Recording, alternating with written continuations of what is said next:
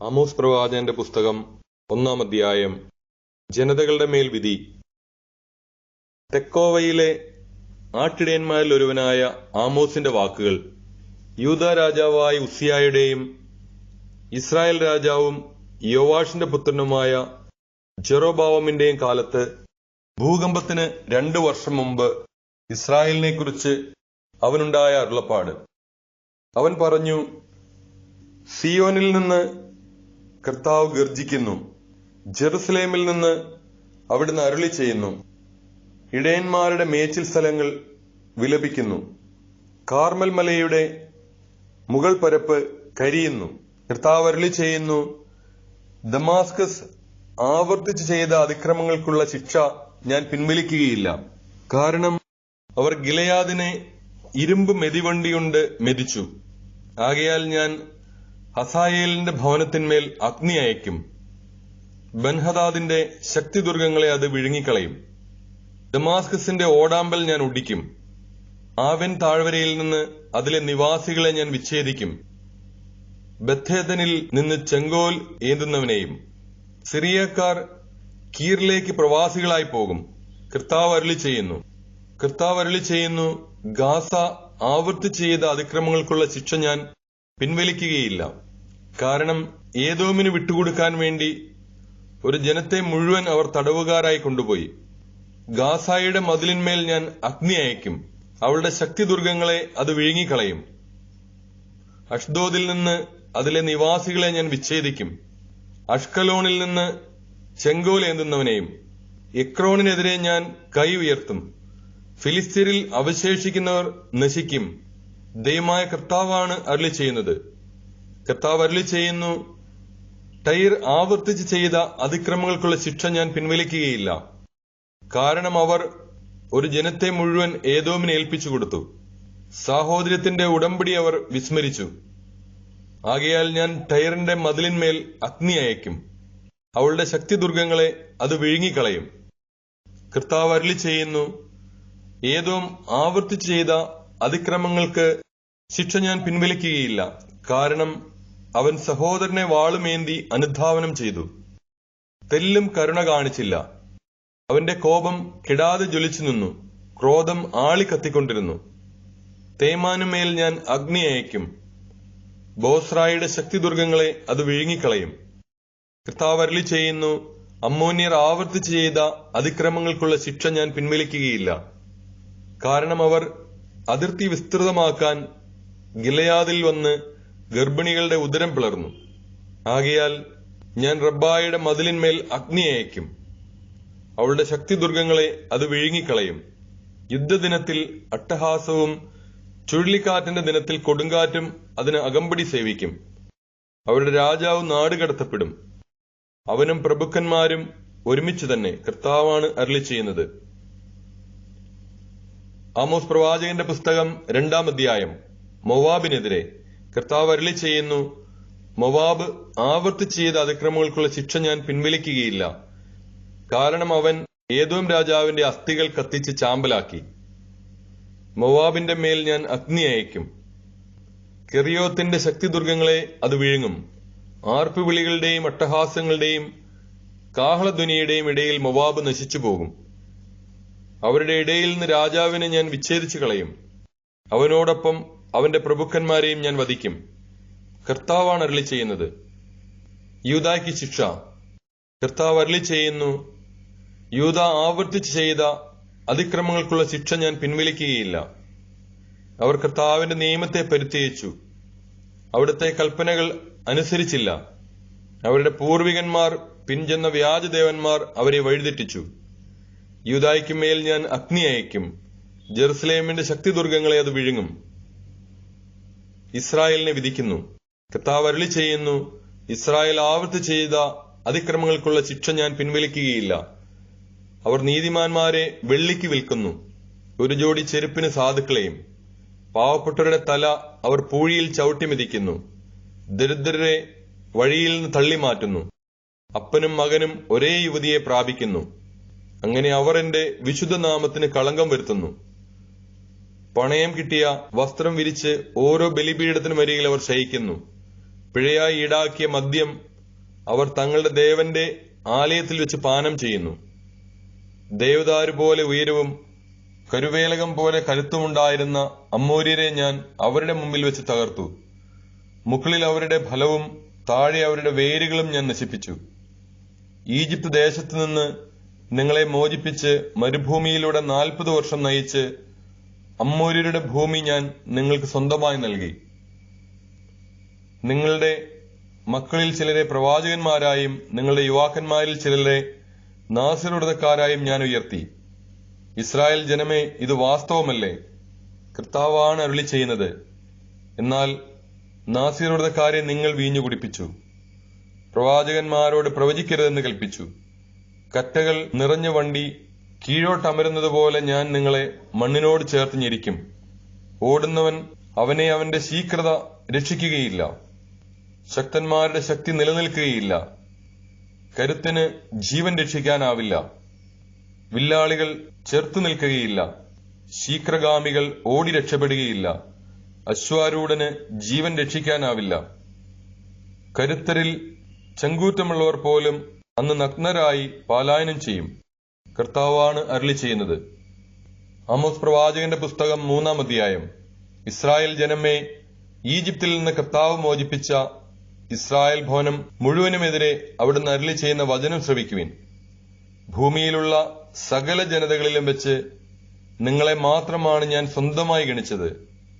അതിനാൽ നിങ്ങളുടെ എല്ലാ പാപങ്ങൾക്കും ഞാൻ നിങ്ങളെ ശിക്ഷിക്കും. പ്രവാചക ദൗത്യം. ആലോചിച്ചുറയ്ക്കാതെ 2 പേർ ഒരുമിച്ച് യാത്ര തിരിക്കുമോ?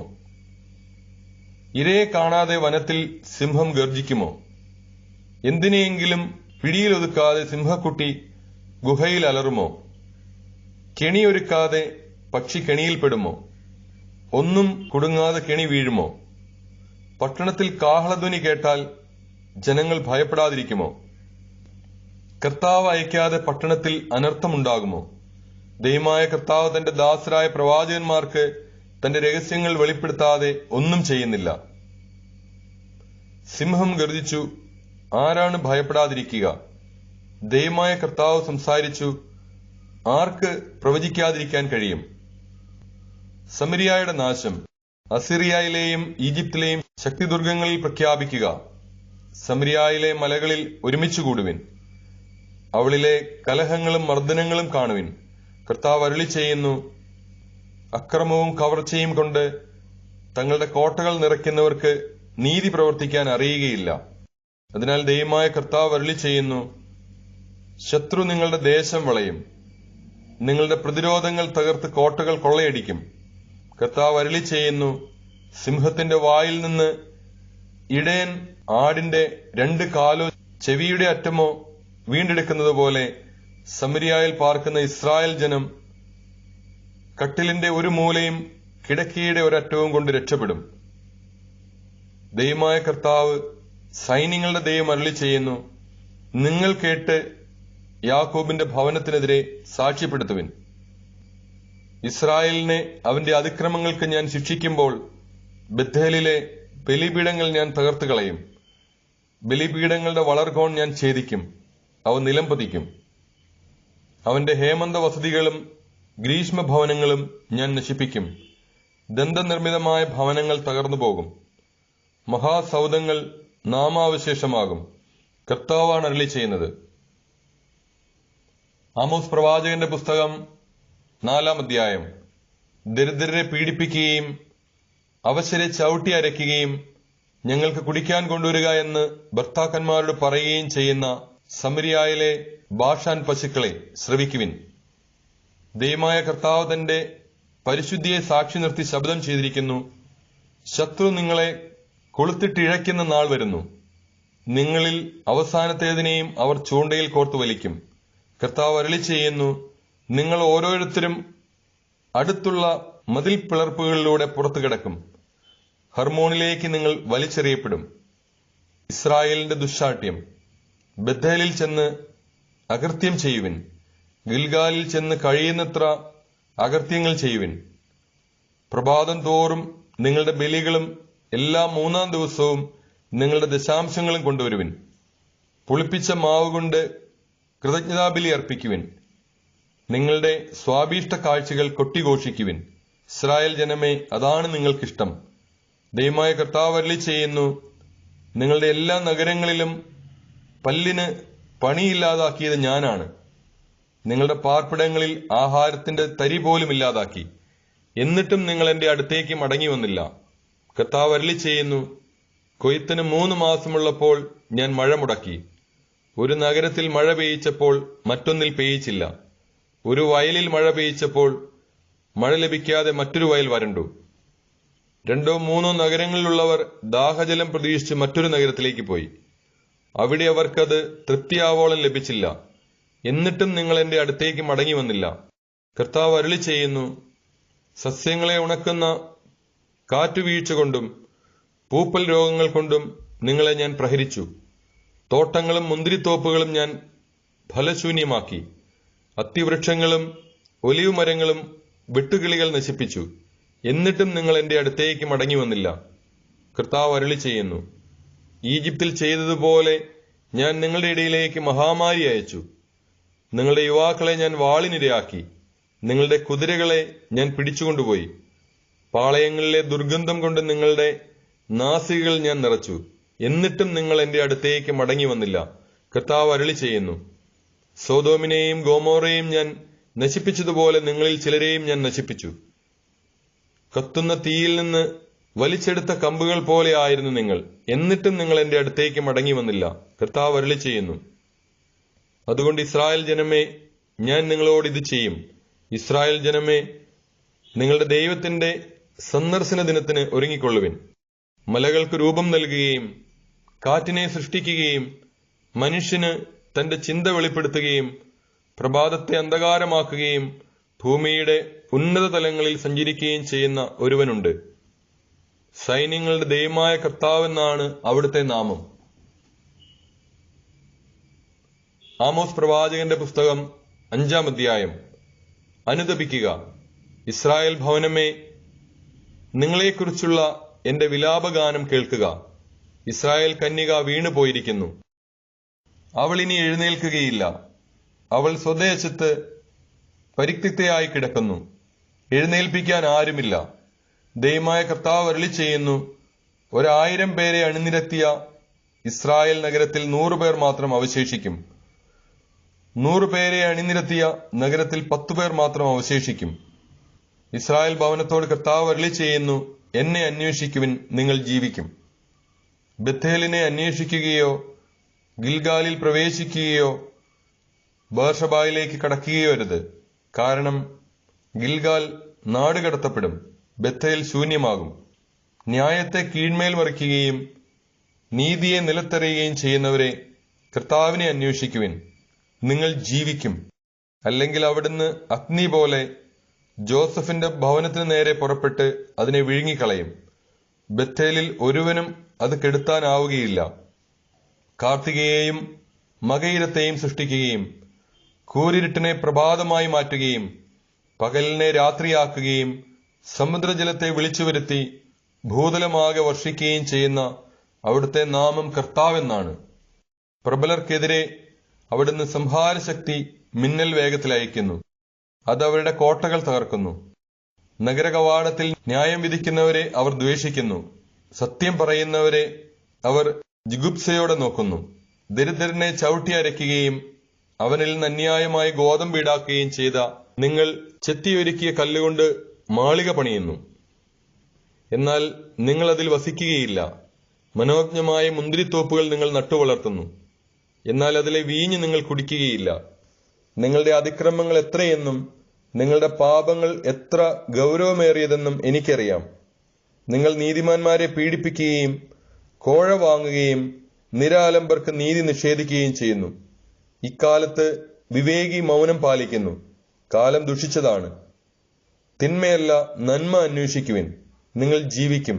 നിങ്ങൾ പറയുന്നത് പോലെ അപ്പോൾ സൈന്യങ്ങളുടെ ദൈവമായ കർത്താവ് നിങ്ങളോട് കൂടെ ഉണ്ടായിരിക്കും. തിന്മയെ വെറുക്കുവിൻ, നന്മയെ സ്നേഹിക്കുവിൻ.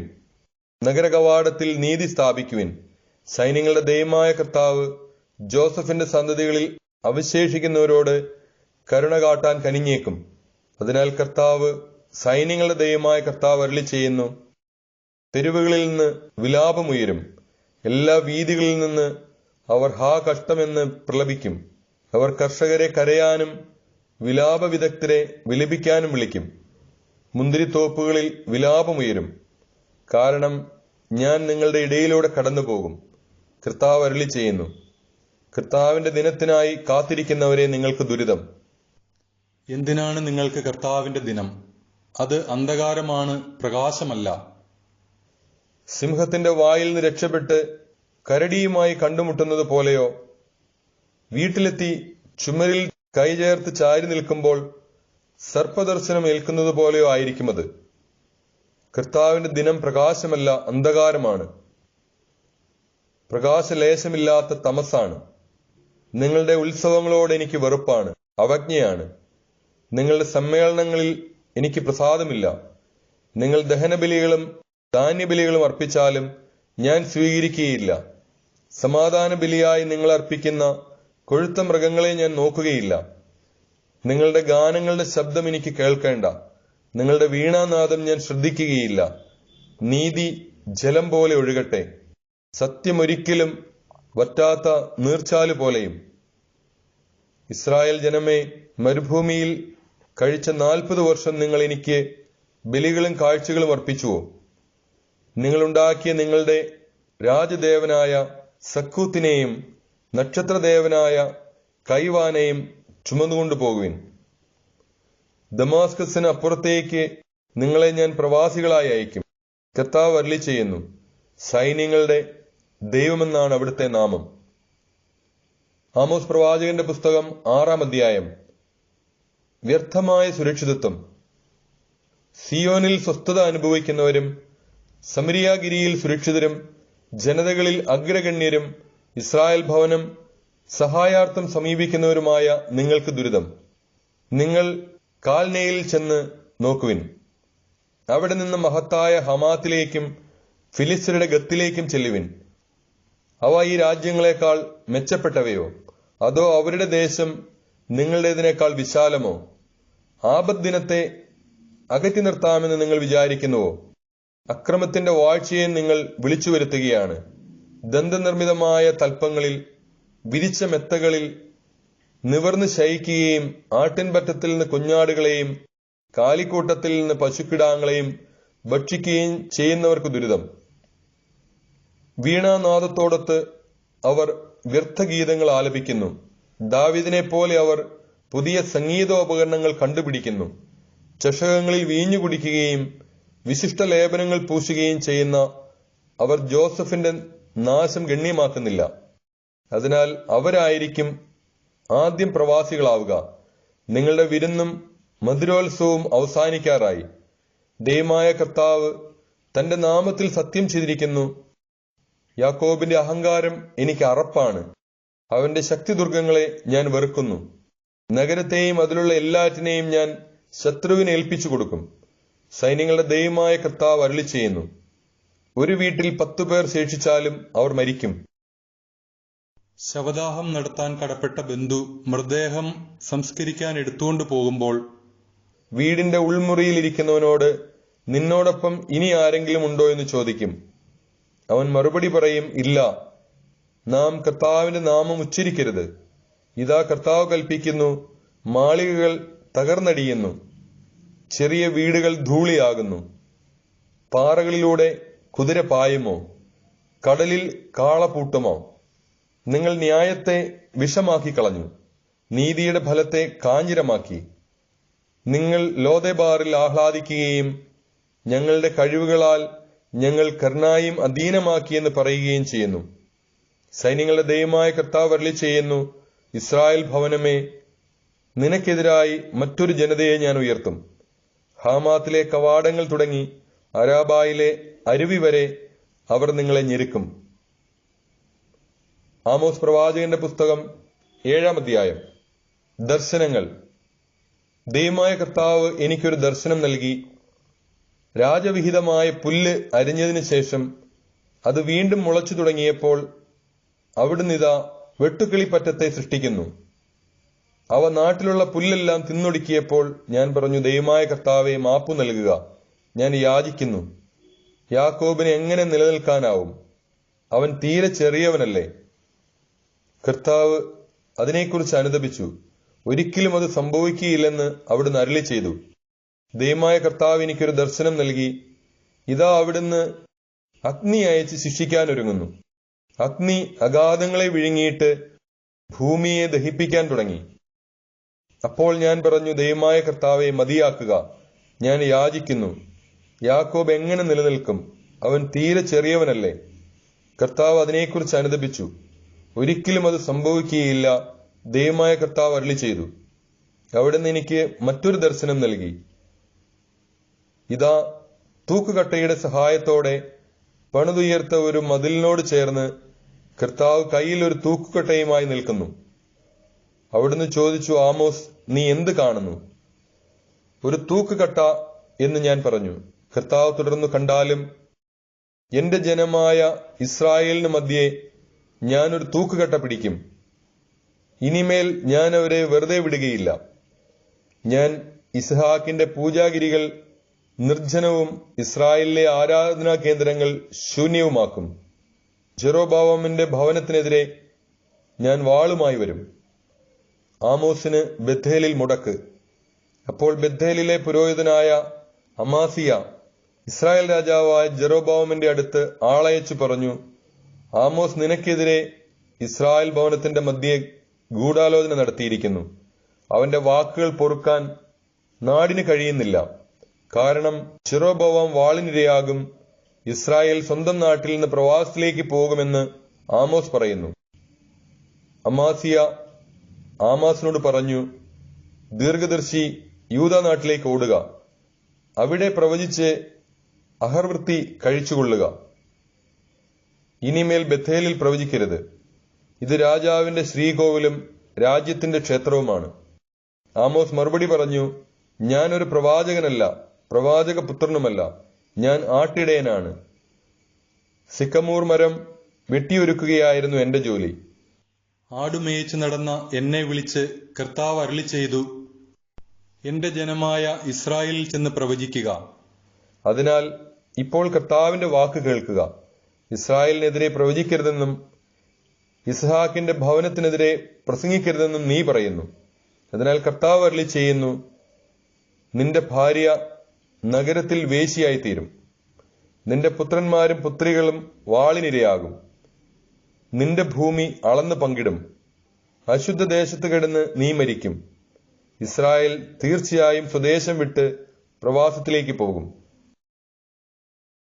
ആമോസ് പ്രവാചകന്റെ പുസ്തകം 8-ാം അധ്യായം. ഇസ്രായേലിന്റെ നാശം. ദൈവമായ കർത്താവ് എനിക്കൊരു ദർശനം നൽകി.